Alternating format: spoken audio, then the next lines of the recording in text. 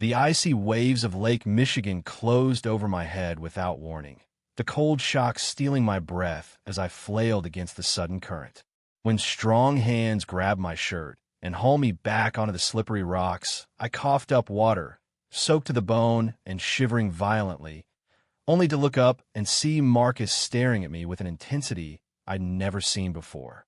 "Ethan," he said, voice raw, dropping to one knee right there in the mud, "I've loved you for years. Not like a brother. Marry me. Let's stop pretending and build a life together." Rain still drummed on the pine trees behind us, but the worst of the storm had passed, leaving the shoreline slick and gleaming under a sudden break in the clouds. I sat there on the rocks, water streaming from my hair and clothes, my heart hammering so hard I could barely hear the waves anymore. Marcus, my best friend since freshman year at the University of Chicago, the guy who'd helped me move into my first apartment, who stood beside me when I proposed to Sarah last Christmas, was looking at me like the world had narrowed to just the two of us. His dark hair was plastered to his forehead, his flannel shirt clinging to his shoulders, and those brown eyes I'd known for a decade were wide open, terrified and hopeful all at once. "What the hell, Marcus?" I finally managed, my voice cracking from the cold and the sheer absurdity of it. I pushed myself up on shaky legs, the wet denim of my jeans chafing against my skin. "This isn't funny.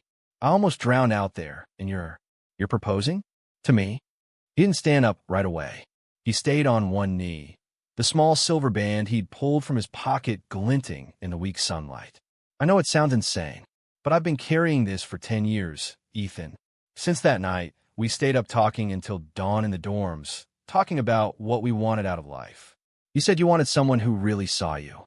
I've seen you, every version of you. And I can't watch you marry Sarah knowing I never told you the truth."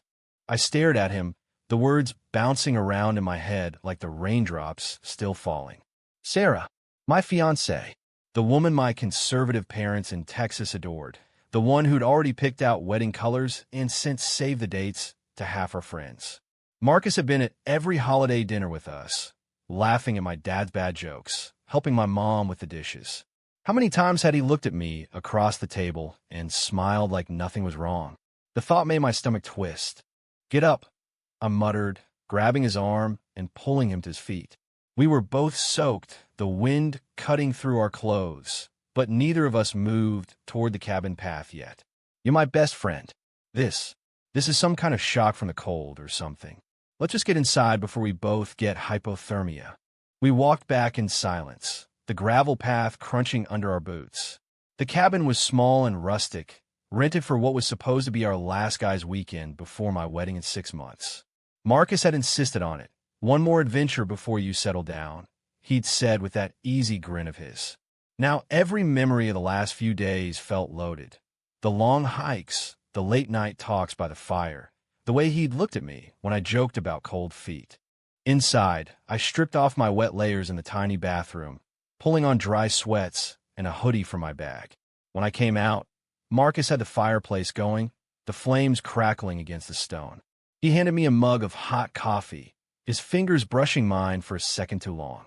"I'm not crazy, Ethan, and I'm not joking." I sank into the armchair, the heat slowly seeping back into my bones. "Marcus, I've only dated women. Sarah and I have been together 3 years. My family, you know how they are. Dad still talks about traditional values every Thanksgiving. If I even thought about this. You don't have to decide anything tonight," he said quietly, sitting across from me.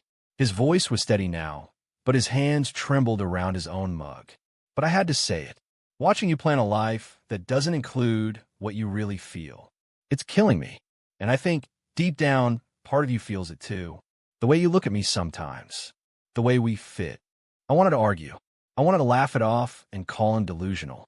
But sitting there by the fire, the storm fading outside, I couldn't deny the strange warmth spreading through my chest that had nothing to do with the flames.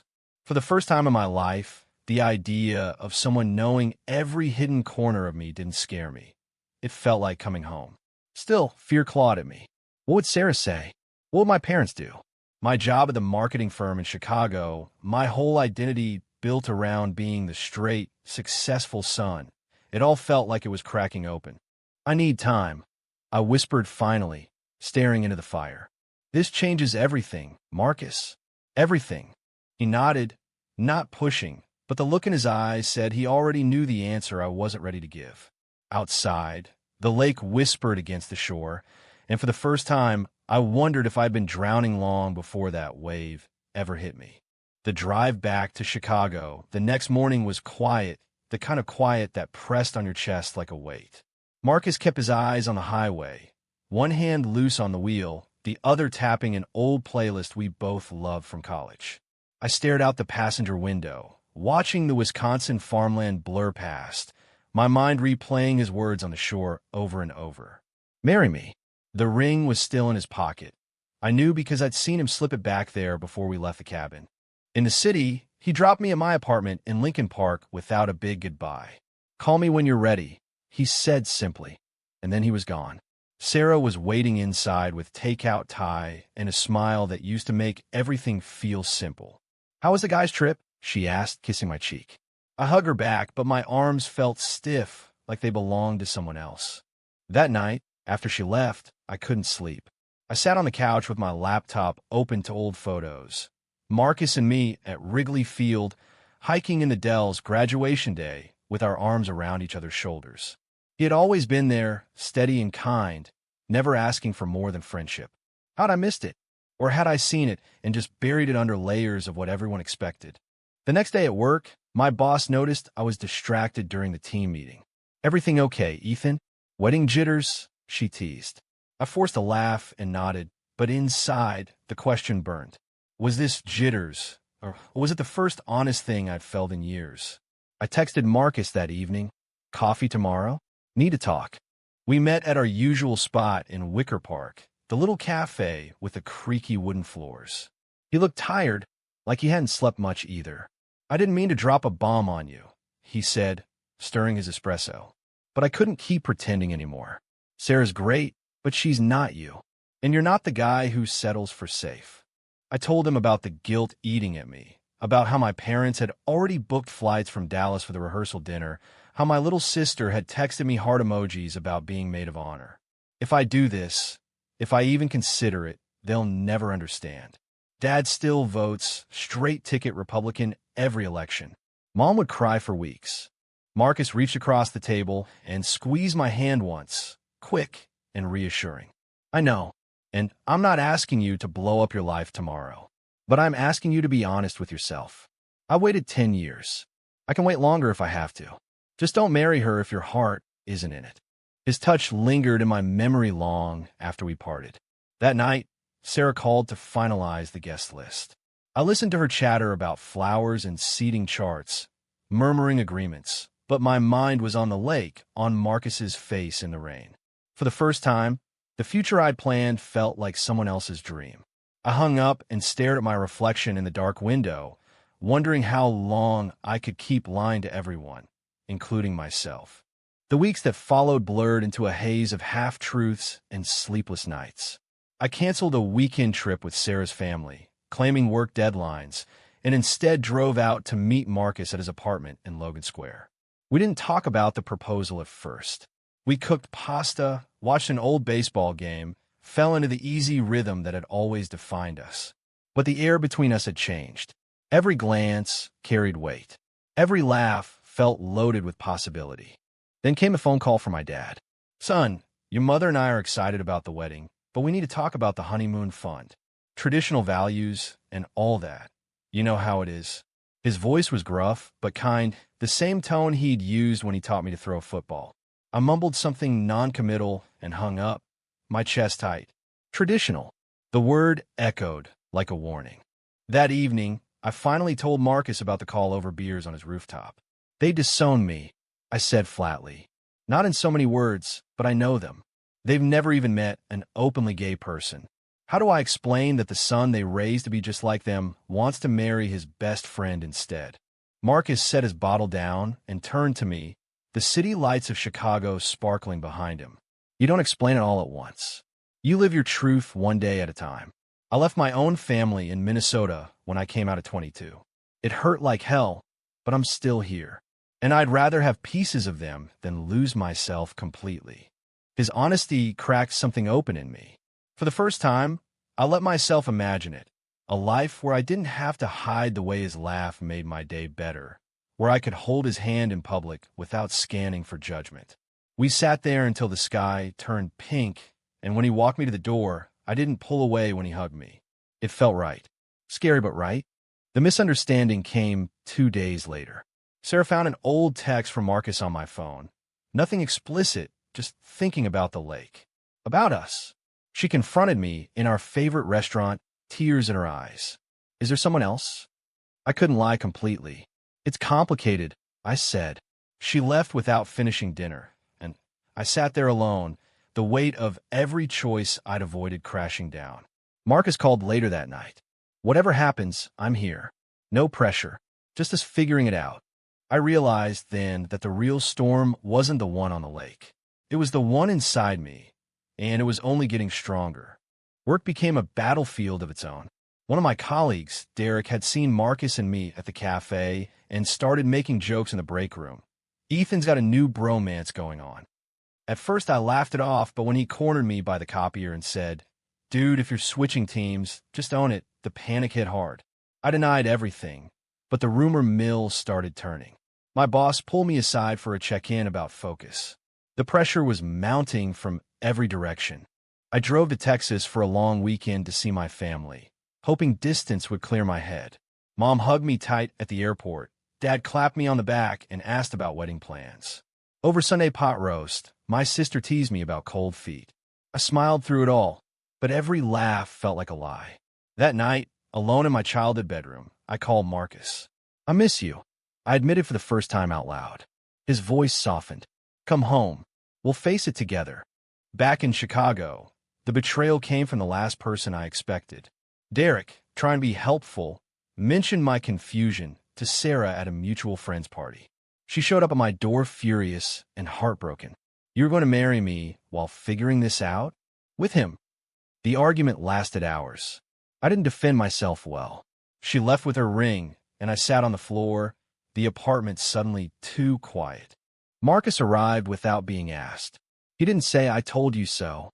He just sat beside me, shoulder to shoulder, and listened while I cried for the life I was losing. "This is the hardest part," he said quietly.